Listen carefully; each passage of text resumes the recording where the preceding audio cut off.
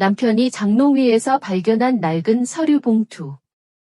그 안에는 시어머니가 평생 모은 이어원이 사라졌다는 끔찍한 진실이 담겨 있었습니다. 시어머니는 눈물로 저를 모함했지만 저는 이미 모든 것을 알고 있었습니다. 이것은 제 복수의 서막이었습니다. 제가 다음에 무엇을 했는지 그들은 상상도 못할 겁니다. 계속하기 전에 채널을 구독하고 댓글로 어디에서 듣고 계신지 알려주세요. 제 이름은 박민영, 올해 34입니다. 시간제 피아노 교사이고 이재훈 씨의 아내가 된 지는 5년이 되었습니다. 그리고 오늘로 이 집에 따뜻한 밥이 지어지지 않은 지 사흘째 되는 날입니다. 저녁 식탁에는 무거운 침묵이 감돌았습니다. 얼음장 같은 침묵이었죠. 남편의 밥그릇에는 차갑게 식은 밥이, 시어머니의 밥그릇에도 마찬가지로 식은 밥이 담겨 있었습니다. 평소 같으면 김이 모락모락 나는 찌개와 정성껏 만든 반찬들이 있어야 할 자리에는 마트에서 사온 김치통 하나만이 덩그러니 놓여 있었습니다. 남편은 분노를 참지 못하고 젓가락을 식탁 위에 내던졌습니다. 탕! 하는 날카로운 소리가 정적을 갈랐습니다. 이게 지금 뭐 하는 겁니까? 남편의 목소리는 제 가슴에 비수처럼 꽂혔습니다.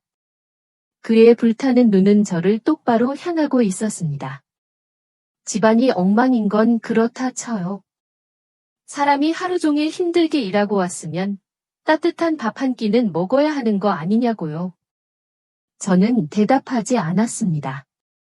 그저 제 앞에 놓인 차가운 물컵만 내려다볼 뿐이었죠. 시어머니는 굳게 입을 다문 채 마치 이 상황과 아무 상관없다는 듯 허공만 응시하고 있었습니다. 그 꼿꼿한 자세.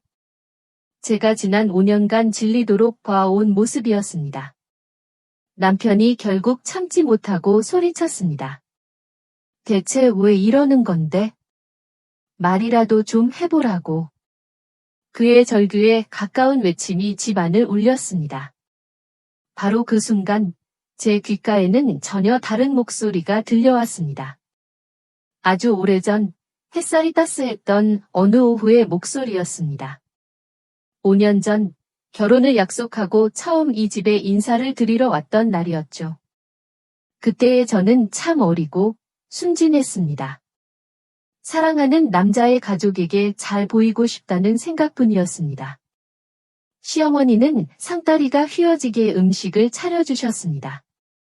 그 정성에 저는 감동했고 이 집의 며느리가 되면 참 행복하겠다고 생각했습니다.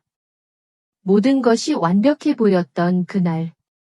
식사를 마치고 과일을 먹을 때였습니다. 시어머니께서 아주 인자한 미소를 지으며 제게 말씀하셨죠. 우리 재훈이가 참 효심이 깊어. 월급도 한 번을 허투루 쓰는 법 없이 꼬박꼬박 나한테 다 가져다 준단다. 저는 그저 남편에 대한 칭찬이라 생각하며 함께 미소 지었습니다. 하지만 이어지는 시어머니의 말씀은 단순한 칭찬이 아니었습니다. 그것은 앞으로 제가 이 집에서 지켜야 할 거역할 수 없는 규칙에 대한 선언이었습니다. 사내 자식은 돈을 쥐고 있으면 안 돼. 돈 관리는 어른이 해야 집안에 돈이 모이는 법이란다. 너는 다른 건 신경 쓸 것 없고 우리 재훈이 뒷바라지 잘하고 알뜰하게 살림만 잘하면 돼. 돈은 내가 알아서 관리해 줄 테니. 그 말씀이 제 심장에 차갑게 박혔습니다. 뭐라고 대답해야 할지 몰라 그저 어색하게 웃기만 했던 기억이 납니다. 옆에 있던 남편은 그저 어머니의 말씀이 당연하다는 듯 고개를 끄덕이고 있었죠. 그때 저는 말했어야 했습니다. 그것이 부당하다고. 저희 두 사람의 미래는 저희가 함께 계획해야 한다고 말입니다. 하지만 저는 그러지 못했습니다. 이제 맏가족이 될 사람들에게 미움을 사고 싶지 않았기 때문입니다. 그 침묵의 대가는 혹독했습니다. 지난 5년간 저는 제 이름으로 된 통장 없이 살아야 했습니다. 한 달 내내 아이들을 가르쳐 번 돈은 생활비와 공과금을 내고 나면 흔적도 없이 사라졌고 정작 제 자신을 위해서는 단돈만 원도 마음 편히 쓸 수 없었습니다. 차가운 식탁. 저는 천천히 고개를 들었습니다. 그리고 제 인생에서 처음으로 남편의 불타는 눈을 피하지 않고 똑바로 마주 보았습니다. 그렇습니다. 이제는 더 이상 침묵하지 않을 것입니다. 제 침묵이 키워낸 이 차가운 저녁상은 바로 제가 시작한 길고 긴 싸움의 첫 장이었으니까요. 남편을 무조건 원망할 수만은 없었습니다. 그 사람에게는 그럴 만한 이유가 있었으니까요. 어쩌면 이유라기보다는 평생을 짊어지고 가야 할 무거운 빚이라고 해야 맞을 겁니다. 은혜라는 이름의 빚 말입니다. 저와 남편이 지금 살고 있는 이 작은 서울의 아파트. 이 집은 시부모님의 모든 것이었습니다. 두 분은 남편의 결혼 자금을 위해 고향에 있던 선산과 작은 밭대기까지 전부 파셨습니다. 평생을 바쳐 일군 재산을 아들 내외의 미래를 위해 먼지 한 톨 남기지 않고 다 털어주신 것이었죠. 처음 아파트 열쇠를 받던 날이 아직도 생생합니다. 시어머니는 제 손에 열쇠를 쥐어주시며 눈물을 글썽이셨습니다. 민영아, 이제 여기가 너희 집이다. 비록 작고 낡았지만 여기서부터 시작하는 거야. 저는 감사함에 고개를 숙였습니다. 그때 시어머니가 제 손을 꼭 잡으며 말씀하셨죠. 돈 걱정은 하지 마라. 재훈이 월급은 전부 내가 받아서 잘 굴릴 테니. 요즘 같은 세상에 월급만 모아서는 절대 큰 집으로 못 가. 내가 아는 사람 통해서 좋은 투자처를 알아봤으니 몇 년만 바짝 모으면 우리도 강남의 번듯한 아파트 한 채는 살 수 있을 게다. 투자라는 단어가 낯설었지만 저는 그저 어른의 지혜련이 생각했습니다.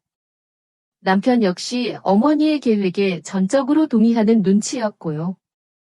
그에게 어머니는 단순한 어머니가 아니었습니다. 가난한 시골에서 자수성가하여 자식들을 모두 대학까지 보낸 위대한 생활력의 상징이었죠. 그런 어머니의 판단에 의심을 품는다는 건 남편에게는 상상도 할 수 없는 일이었습니다. 그렇게 저희의 신혼생활은 시작되었습니다. 남편은 월급날이 되면 월급 명세서와 함께 통장 전부를 시어머님께 가져다 드렸습니다. 저는 한 달에 한 번 시어머니께서 건네주시는 생활비를 받아 빠듯하게 살림을 꾸려나가야 했죠. 시어머니는 지독하게 알뜰하셨습니다.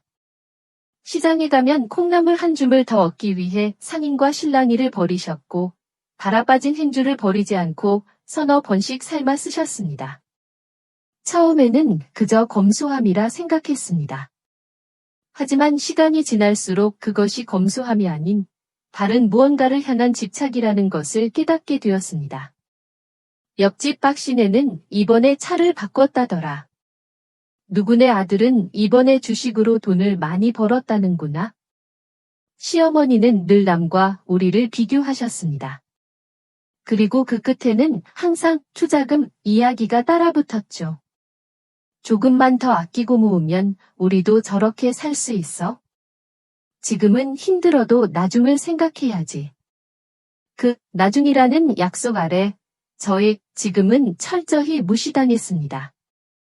결혼하고 1년이 지났을 무렵 아들이 폐렴으로 입원한 적이 있습니다. 동네 작은 병원보다는 시설이 좋은 아동 전문 병원에 데려가고 싶었습니다. 하지만 시어머니는 단칼에 거절하셨죠. 애가 좀 아픈 걸 가지고 유난 떨기는. 동네 병원도 충분해. 그 돈 아껴서 투자금에 보태는 게 훨씬 현명한 일이야.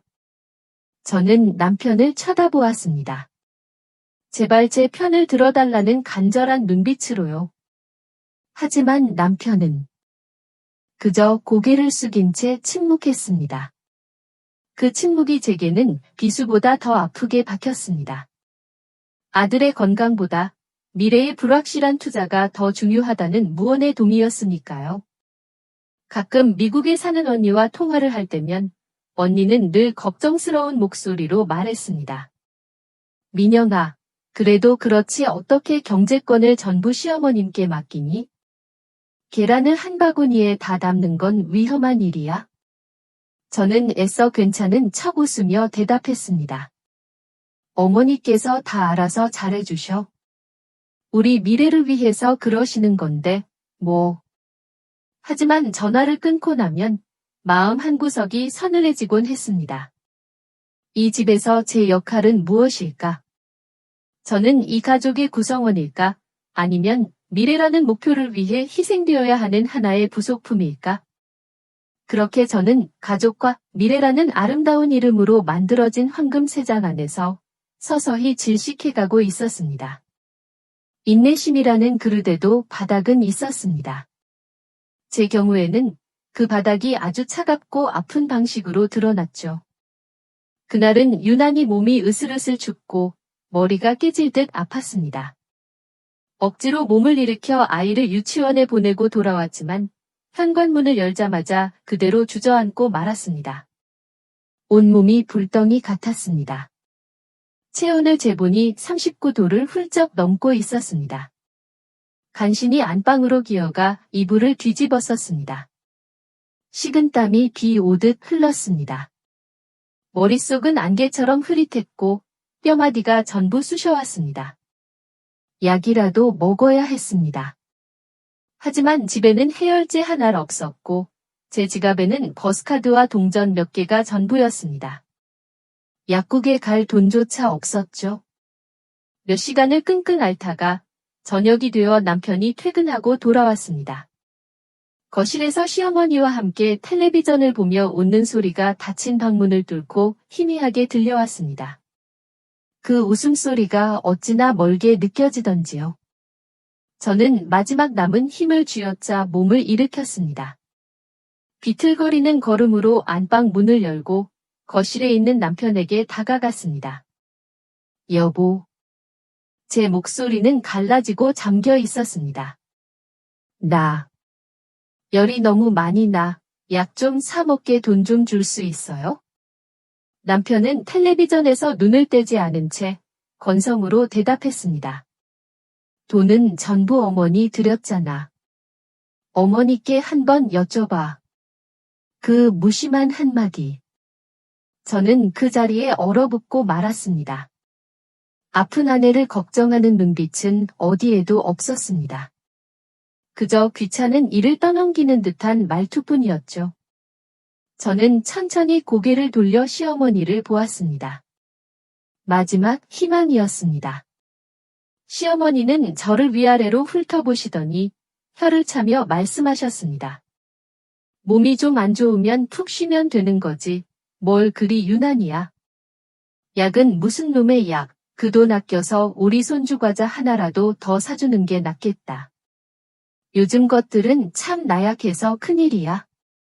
그 순간 제 안에서 무언가 툭 하고 끊어지는 소리가 들렸습니다. 지난 5년간 억눌러왔던 모든 서름과 분노, 비참함이 한꺼번에 터져나왔습니다. 하지만 저는 소리치지 않았습니다. 눈물을 흘리지도 않았습니다. 오히려 이상할 정도로 머리가 맑아지고 마음이 차갑게 가라앉았습니다. 저는 아무 말 없이 안방으로 돌아와 침대에 누웠습니다. 거실에서는 여전히 두 사람의 웃음소리가 들려왔습니다. 저는 이불을 머리끝까지 뒤집었었습니다. 춥고 외로웠습니다. 이 넓은 집에서 저 혼자 외딴 섬에 버려진 기분이었습니다. 그때 깨달았습니다. 저의 희생은 당연한 것이었고 저의 고통은 하찮은 것이었습니다. 이 집에서 저는 투명인간이나 다름없었습니다. 어둠 속에서 저는 조용히 결심했습니다. 더 이상은 이렇게 살 수 없다고. 더 이상은 침묵하지 않겠다고.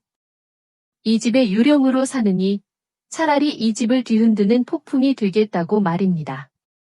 그날 밤 뜨거운 열병 속에서 저의 지난 5년은 제가 되어 사라졌습니다. 그리고 그 잿더미 위에서 전혀 다른 제가 눈을 뜨고 있었습니다.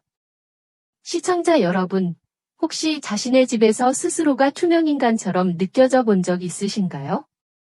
분명히 존재하지만 없는 사람처럼 여겨지는 그 기분.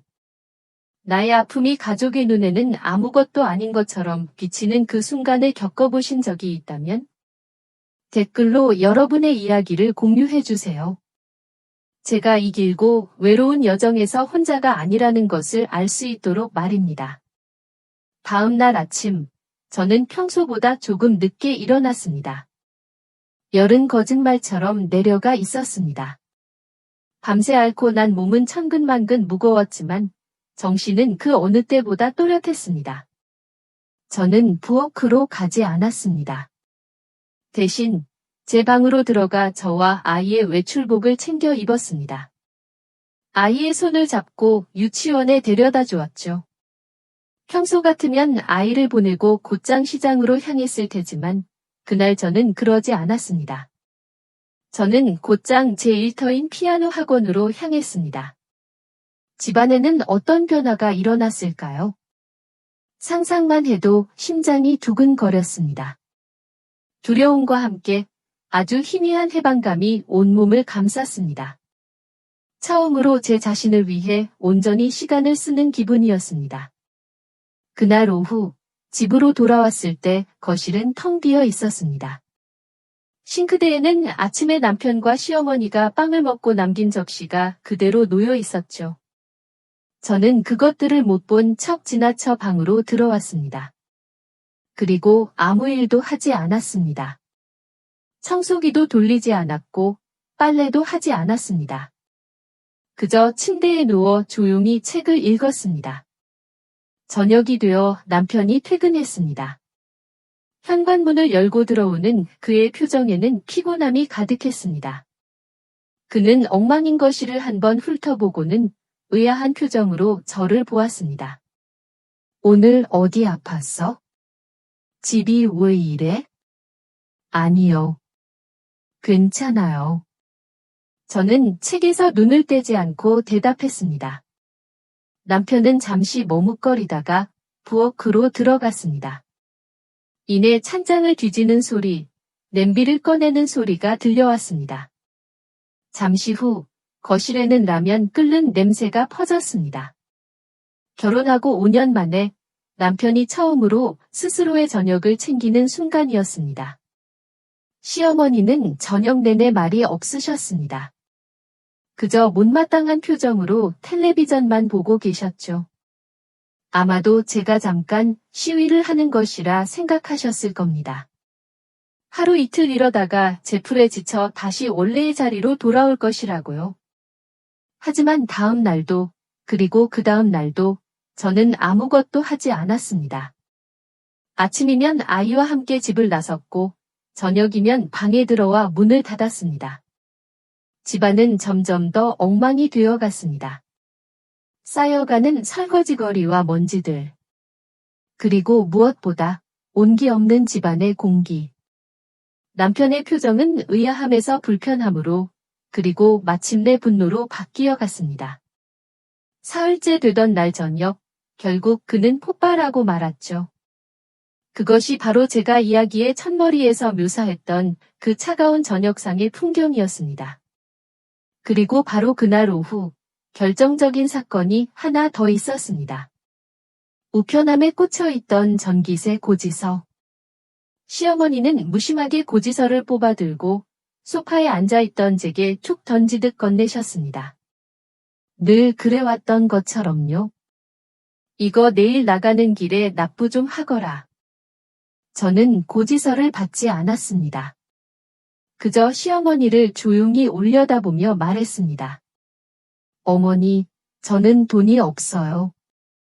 시어머니의 얼굴이 순간 굳어졌습니다. 뭐라고? 집안 돈은 전부 어머님께서 관리하시잖아요. 저는 제 월급으로 생활비와 공과금을 내고 나면 남는 돈이 한 푼도 없습니다. 그러니 이 전기세는 어머님께서 내주셔야 할 것 같아요. 제 목소리는 떨리지 않았습니다. 아주 차분하고 단호했습니다. 시어머니는 잠시 아무 말도 하지 못했습니다. 그분의 얼굴에 당황한 기색이 스치는 것을 저는 똑똑히 보았습니다.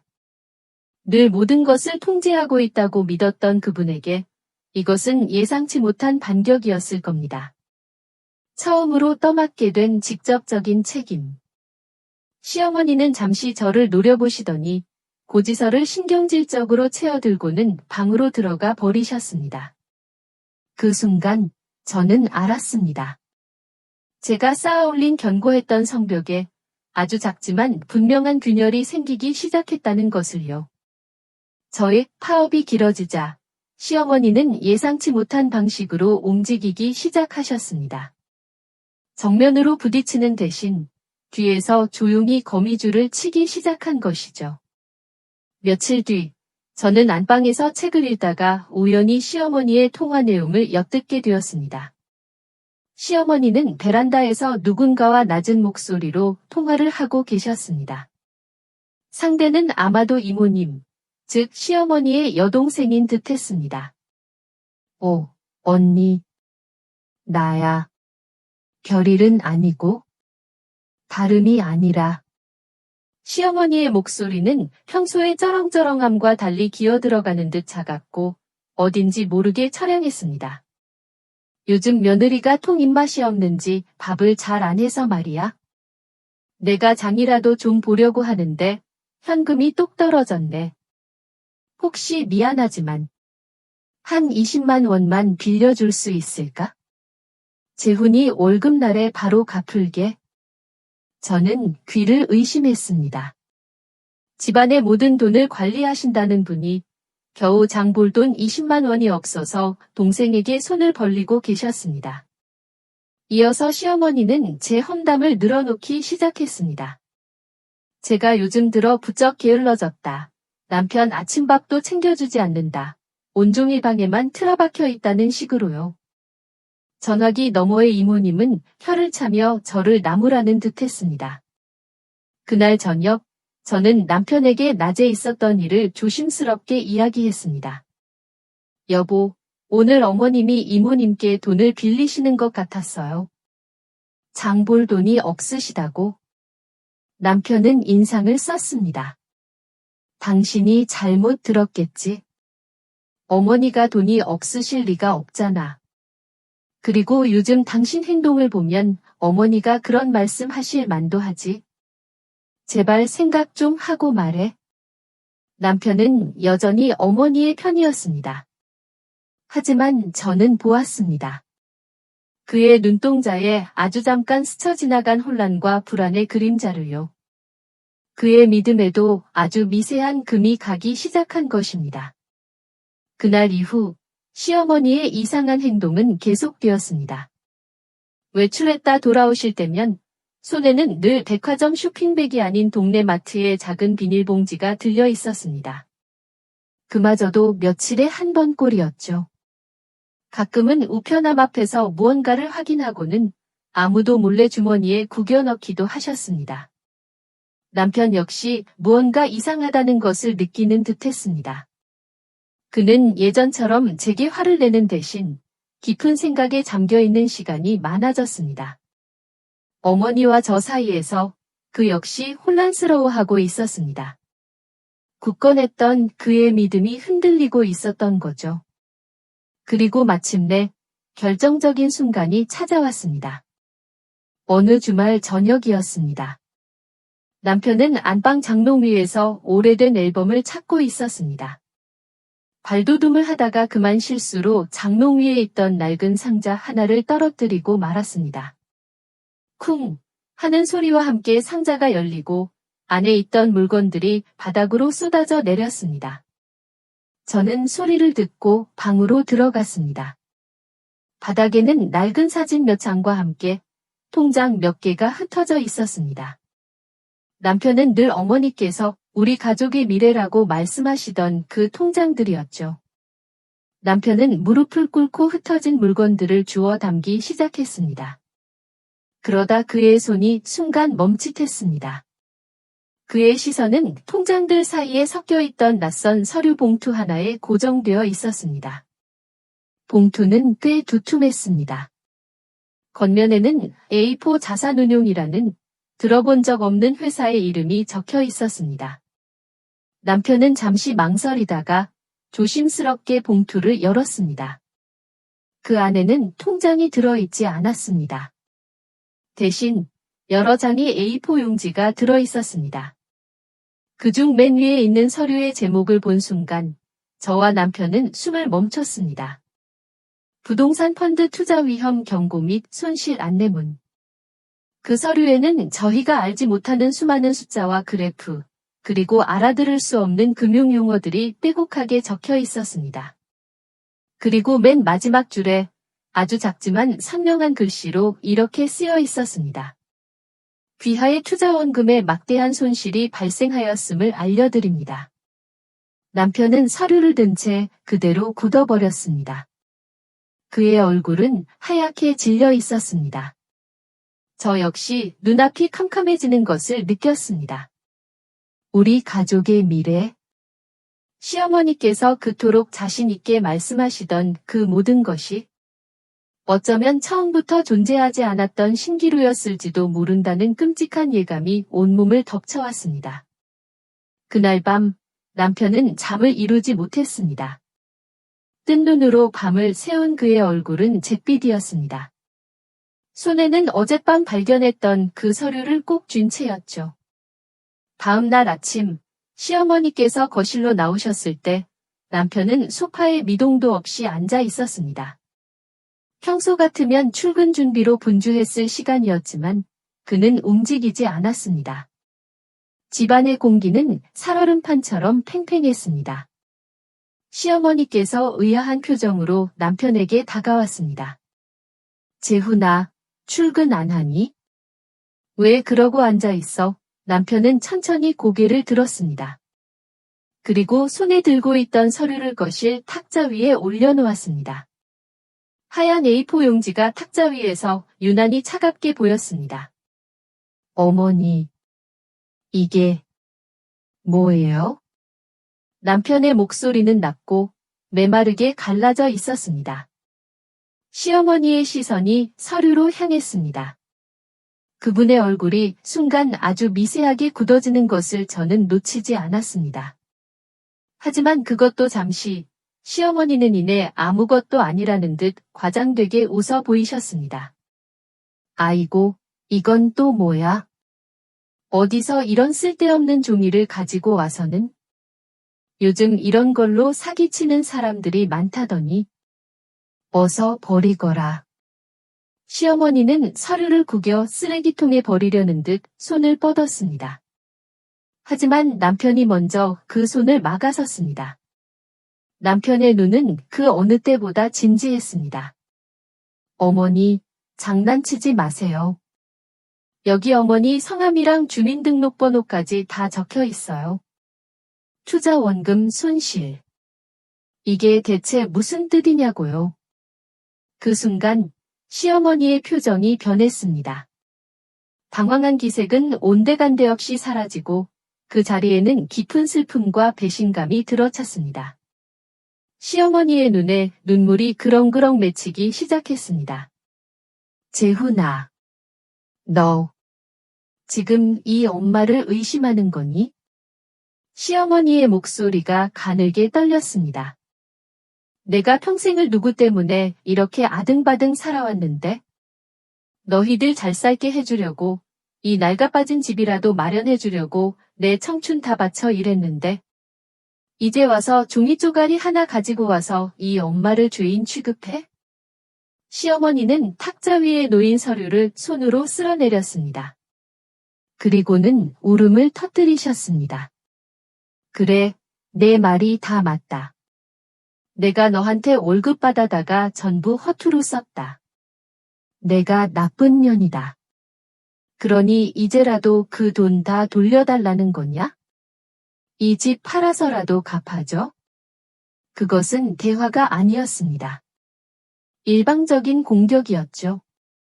아들의 가장 약한 부분, 평생을 짊어져온 효심과 죄책감을 파고드는 날카로운 비수였습니다. 저는 거실 한쪽 구석에 서서 그 모든 것을 지켜보고 있었습니다. 남편의 어깨가 무너져 내리는 것이 보였습니다. 그는 어머니의 눈물 앞에서 한없이 작아졌습니다. 평생을 절대적인 존재로 믿어온 어머니.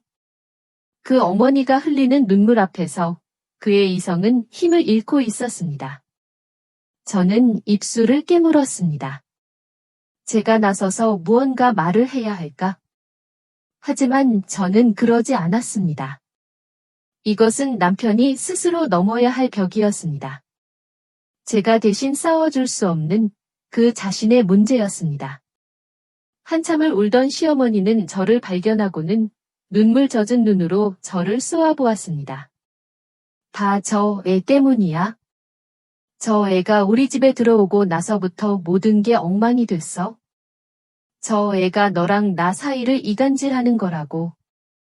재훈아, 너는 왜 그것도 모르니? 남편은 고개를 숙인 채 아무 말도 하지 못했습니다. 그의 마음이 갈기갈기 찢어지고 있을 겁니다. 하지만 그는 끝내 무너지지는 않았습니다.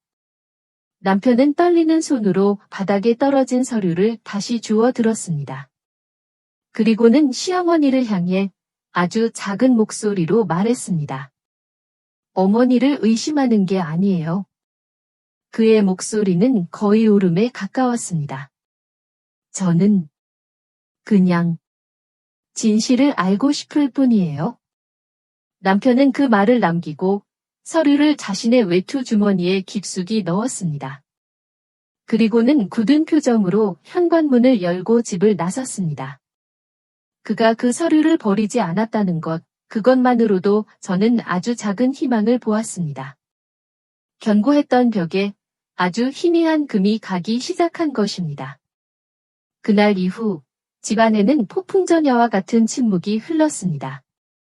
남편은 회사에서도 계속 그 서류에 대해 알아보는 듯했습니다. 밤늦게 돌아와서는 컴퓨터 앞에 앉아 무언가를 검색하고 깊은 한숨을 내쉬곤 했죠. 시어머니는 그런 남편의 눈치를 살피며 불안해하셨습니다. 진실은 결국 가장 평범한 순간에 예고 없이 찾아왔습니다. 다음 날 오후였습니다. 저는 거실 소파에 앉아 있었고 시어머니는 주방에서 서성이셨습니다. 그때였습니다. 아주 요란하게 집 전화벨이 울리기 시작했습니다. 따르르릉 따르르릉.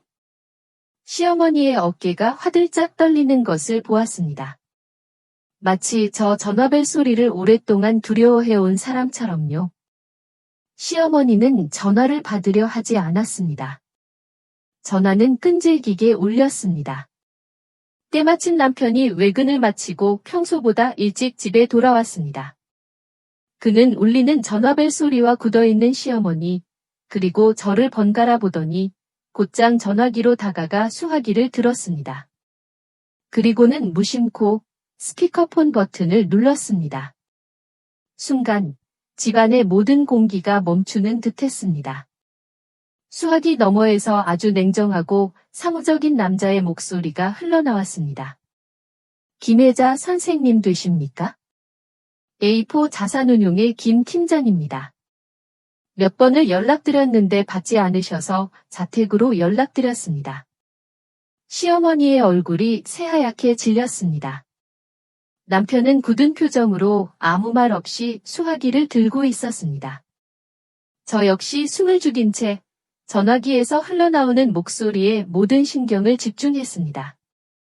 남자의 목소리가 이어졌습니다.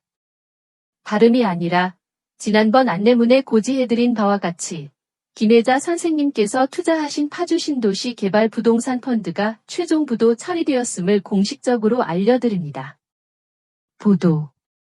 그 단어가 집안을 무겁게 짓눌렀습니다.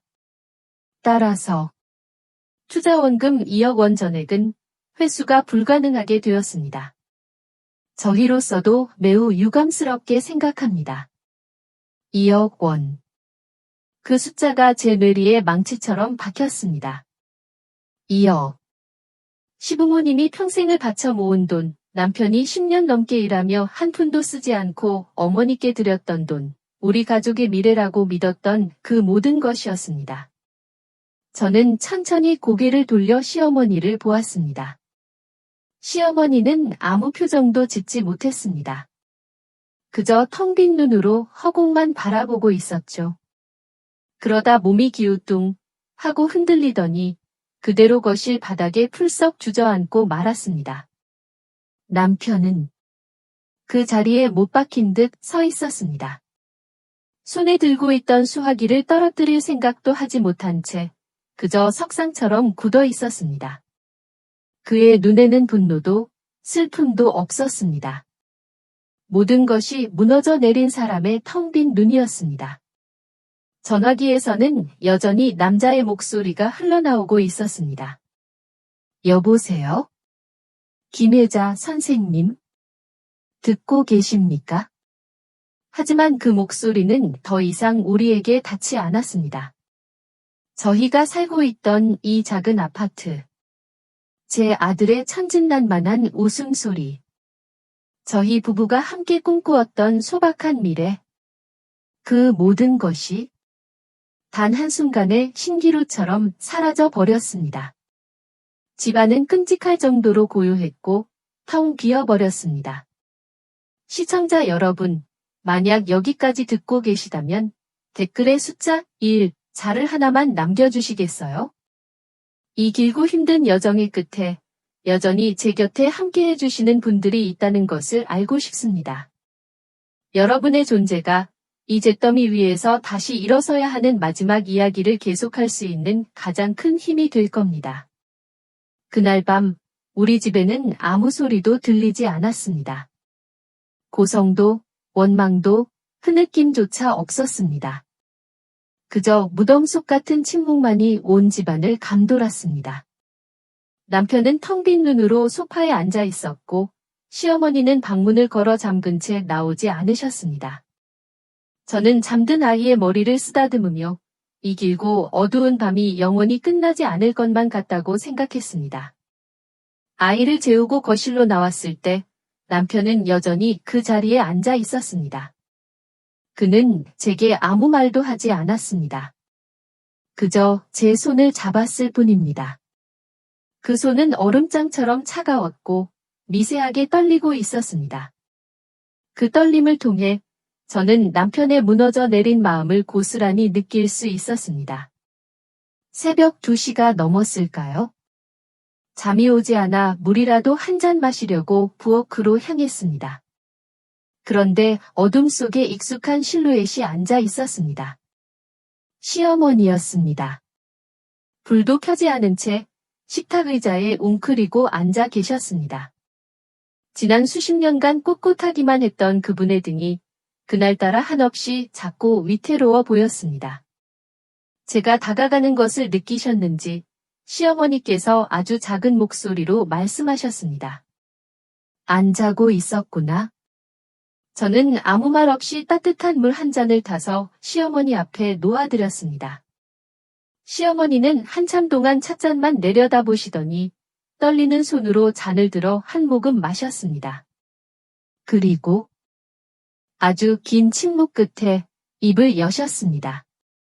내가 다 망쳤다. 그 목소리는 더 이상 카랑카랑하지 않았습니다. 바싹 마른 나뭇잎이 부서지는 듯한 그런 소리였습니다. 나는 그저 남들처럼 살고 싶었을 뿐이야. 내 시아버지가 평생을 벌어도 판잣집 하나 벗어나지 못했을 때 나는 이 악물고 다짐했단다. 내 자식만큼은 절대로 돈 때문에 고개 숙이게 만들지 않겠다고. 그래서 그랬다. 시어머니의 어깨가 가늘게 떨렸습니다. 눈물은 흐르지 않았지만 그 목소리에는 평생의 한이 서려 있었습니다. 옆집은 차를 바꾸고 친구 아들은 강남에 집을 샀다는 소리를 들을 때마다 내 속은 새까맣게 타들어가는 것 같았어. 나도 우리 재훈이 기 한 번 펴주고 싶었다. 너희들, 그리고 내 손주. 좋은 옷 입히고 좋은 것만 먹이고 싶었어. 그래서 욕심을 부렸다. 한 번에 모든 걸 바꾸고 싶다는 그릇된 욕심을. 저는 아무 말도 하지 않았습니다. 그저 시어머니의 옆에 조용히 앉아 있었습니다. 비난도 원망도 하고 싶지 않았습니다. 제 앞에 앉아 있는 사람은 더 이상 저를 억압하던 시어머니가 아니었습니다. 그저 잘못된 방식으로 자식을 사랑한 늙고 지친 한 명의 어머니일 뿐이었습니다. 시어머니는 한참 동안 두서없이 이야기를 쏟아내셨습니다. 처음 투자를 시작했을 때의 부푼 꿈, 조금씩 손실이 나기 시작했을 때의 불안감, 그리고 모든 것을 잃었다는 것을 알았을 때의 절망감까지. 그 모든 것을 혼자서 끌어안고 아무에게도 말하지 못한 채 괜찮은 척, 강한 척 버텨오셨던 겁니다. 미안하다. 시어머니께서 아주 작은 목소리로 속삭였습니다. 너한테 참 못할 짓 많이 했다. 내가 미워서 그런 게 아니었어. 내 불안감을 너한테 화풀이 했던 게다. 정말 미안하다. 저는 천천히 손을 뻗어 찻잔을 쥔 시어머니의 차가운 손등을 가만히 감쌌습니다. 시어머니는 제 손길에 움찔하시더니 이내 참았던 울음을 터뜨리셨습니다. 아이처럼 서럽게 한참을 우셨습니다. 그날 밤 우리 사이를 가로막고 있던 얼음벽이 아주 조금씩 소리 없이 녹아내리고 있었습니다. 폭풍은 지나갔고 이제 우리는 폐허가 된 땅 위에 서 있었습니다. 무엇부터 시작해야 할지 막막했지만 이상하게도 무섭지는 않았습니다. 다음 날 아침 집안의 공기는 어제와는 사뭇 달랐습니다. 절망의 무게는 여전했지만 그 속에는 아주 희미한 결의 같은 것이 섞여 있었습니다. 더 이상 서로를 탓하거나 외면하지 않았습니다. 우리는 비로소 가족이라는 이름으로 눈앞에 닥친 현실을 마주해야 했습니다. 그 시작은 저였습니다. 저는 밤새 잠을 자지 않고 작은 수첩 하나에 무언가를 빼곡하게 적었습니다. 그리고 아침 식사가 끝난 후 소파에 앉아있는 남편과 시어머니를 불렀습니다. 어머니, 여보. 잠깐만 제 이야기 좀 들어주세요. 저는 두 사람 앞에 수첩을 펼쳐 보였습니다. 거기에는 저희 가족의 현재 재산 상황과 앞으로 갚아야 할 은행 대출금, 그리고 매달 나가는 고정 지출 내역이 적혀 있었습니다. 2억이라는 돈은 사라졌지만 아파트를 담보로 받았던 대출금은 고스란히 남아 있었죠. 우리 처음부터 다시 시작해야 해요. 제 목소리는 단호했습니다. 우선 제가 버는 돈과 남편 월급을 전부 합쳐서 제가 관리할게요. 그리고 지금부터 모든 불필요한 지출을 줄여야 해요. 저는 수첩에 적은 계획을 설명하기 시작했습니다. 외식 금지, 통신비 요금제 변경, 불필요한 보험 해지, 그리고 매달 대출금을 얼마씩 갚아나갈 것인지에 대한 구체적인 계획까지. 남편은 아무 말 없이 고개를 끄덕였습니다. 그의 눈에는 아내에 대한 미안함과 함께 전에 없던 굳은 신뢰가 담겨 있었습니다. 시어머니께서는 텅 빈 눈으로 수첩을 내려다보시더니 아주 작은 목소리로 말씀하셨습니다. 나는 이제 아무것도 할 줄 아는 게 없구나. 그 목소리에는 평생을 쥐고 있던 주도권을 내려놓는 것에 대한 허탈함이 묻어 있었습니다. 저는 시어머니의 손을 잡으며 말했습니다. 아니에요, 어머니. 어머니께서 해주셔야 할 일이 있어요. 저희가 밖에서 돈을 버는 동안 우리 민준이 손주 좀 돌봐주세요. 그리고 따뜻한 밥 한 끼만 부탁드릴게요. 그날 이후 우리 가족에게는 새로운 규칙이 생겼습니다. 저는 피아노 학원 레슨 시간을 2배로 늘렸습니다. 남편은 주말마다 건설 현장에 나가 부업을 시작했습니다. 퇴근하고 돌아오면 온몸이 땀과 먼지로 범벅이 되었지만 그는 단 한 번도 힘들다는 내색을 하지 않았습니다. 시어머니께서도 변하셨습니다. 더 이상 남과 비교하며 허세를 부리지 않으셨습니다. 대신 매일 아침 가장 저렴한 식재료를 파는 동네 시장을 돌며 장을 보셨고 그렇게 사온 재료로 정성껏 음식을 만드셨습니다. 화려하지는 않지만 따뜻하고 건강한 밥상이었습니다. 어느 날 저녁, 제가 녹초가 되어 집으로 돌아왔을 때였습니다. 시어머니께서 저를 조용히 부르셨습니다. 그리고는 제 손에 무언가를 꼭 쥐어주셨습니다. 작고 단단한 것이었습니다. 펼쳐보니 그것은 시어머니께서 늘 끼고 계시던 작은 금반지였습니다. 어머니, 이걸 왜? 나는 이제 이런 거 필요 없다. 너는 아직 젊고 고생이 많으니 이거 팔아서 민준이 옷이라도 한 벌 사 입히거라. 저는 그 자리에서 눈물을 쏟고 말았습니다. 그것은 단순한 반지가 아니었습니다. 시어머니의 마지막 남은 자존심이자 며느리인 저를 향한 진심 어린 사과였습니다. 우리 가족은 함께 재활용 쓰레기를 분리했고 낡은 가구를 직접 수리했으며 주말에는 돈이 들지 않는 공원으로 나들이를 갔습니다. 가난했지만 비참하지는 않았습니다. 오히려 예전보다 더 많이 웃고 더 많이 대화했습니다. 가장이나 어른이라는 역할의 구분 없이 각자의 자리에서 서로를 위해 최선을 다했습니다.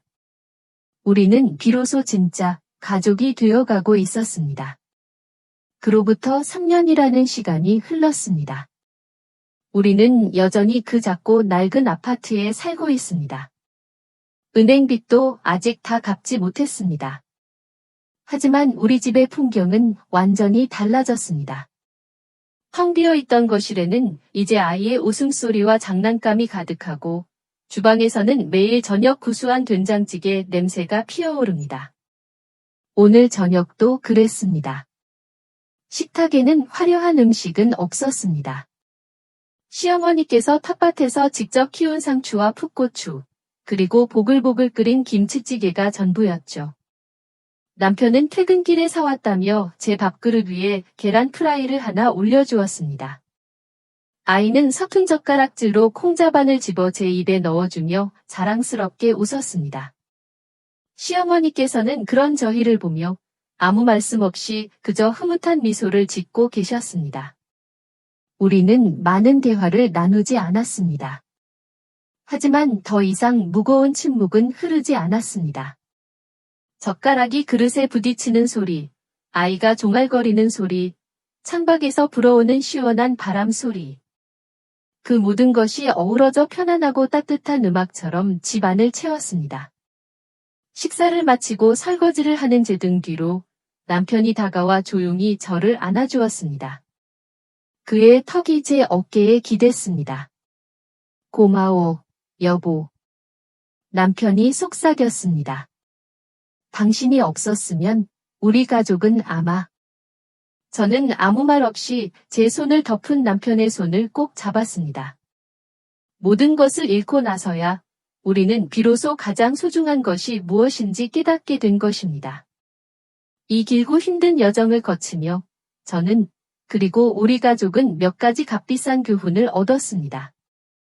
먼저 부모님들께 드리고 싶은 교훈입니다. 시어머니께서는 마침내 깨달으셨습니다. 자식을 사랑한다는 것은 그들의 인생을 대신 살아주거나 통제하려는 것이 아니라는 것을요.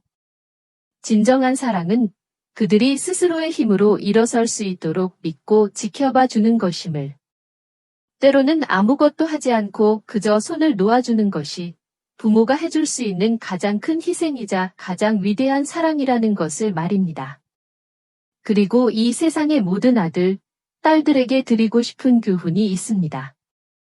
저와 제 남편은 배웠습니다. 효도라는 것이 부모님의 모든 말씀에 맹목적으로 순종하는 것을 의미하지 않는다는 것을요. 그리고 결혼은 두 사람이 함께 인생이라는 배를 몰아가는 동료가 되는 과정이라는 것을. 우리는 먼저 우리 자신의 작은 가정을 굳건히 지켜내야만 합니다. 그래야만 비로소 부모님을 제대로 부양할 수 있는 튼튼한 뿌리를 내릴 수 있는 것입니다. 마지막으로 이 시대를 살아가는 우리 모두에 대한 교훈입니다. 끝없는 경쟁과 압박 속에서 우리는 종종 남에게 뒤처질지 모른다는 불안감에 사로잡혀 정작 무엇이 중요한지를 잊고 살아갑니다. 저희 가족의 비극은 침묵에서 시작되었고 진솔한 대화를 통해 끝을 맺었습니다. 진정한 행복은 강남의 비싼 아파트나 수억 원짜리 투자에 있는 것이 아니었습니다. 그것은 매일 저녁 가족과 함께 둘러앉은 소박한 밥상 속에 있었습니다. 서로의 눈을 바라보며 오늘 하루는 어땠는지 묻고 따뜻한 밥 한 술을 나누며 서로의 지친 어깨를 다독여주는 그 시간 속에 있었습니다. 제 이야기는 여기까지입니다. 어쩌면 제 이야기는 특별하지 않은 이 세상 수많은 가정의 이야기일지도 모릅니다. 부디 제 이야기가 지금 이 순간에도 보이지 않는 벽에 갇혀 힘들어하고 있을 누군가에게 작은 위로와 용기가 되었으면 합니다. 창밖은 어느새 어두워졌고 우리 집 거실에는 따뜻한 오렌지색 불빛이 가득합니다. 저는 이제 이 평온함이 얼마나 소중하고 위대한 것인지를 압니다. 그리고 이 작은 행복을 지키기 위해 내일도 저는 최선을 다해 살아갈 것입니다. 박민영 씨의 이야기는 여기서 끝을 맺습니다. 여러분은 그녀의 마지막 결정에 대해 어떻게 생각하시나요? 만약 여러분이 민영 씨의 입장이었다면 다른 선택을 하셨을까요? 여러분의 소중한 생각을 댓글로 남겨주세요. 저는 모든 댓글을 하나하나 소중히 읽어본답니다. 만약 오늘 이야기가 여러분의 마음에 작은 울림을 주었다면 좋아요를 눌러주시는 것을 잊지 마세요. 이 이야기가 필요할 것이라 생각되는 소중한 사람에게 공유해 주시고 앞으로 이어질 더 깊은 이야기들을 놓치지 않도록 구독 버튼도 꼭 부탁드립니다. 그럼 다음 이야기에서 다시 뵙겠습니다. 어쩌면 다음번에는 바로 당신이 이야기의 주인공이 될지도 모르니까요.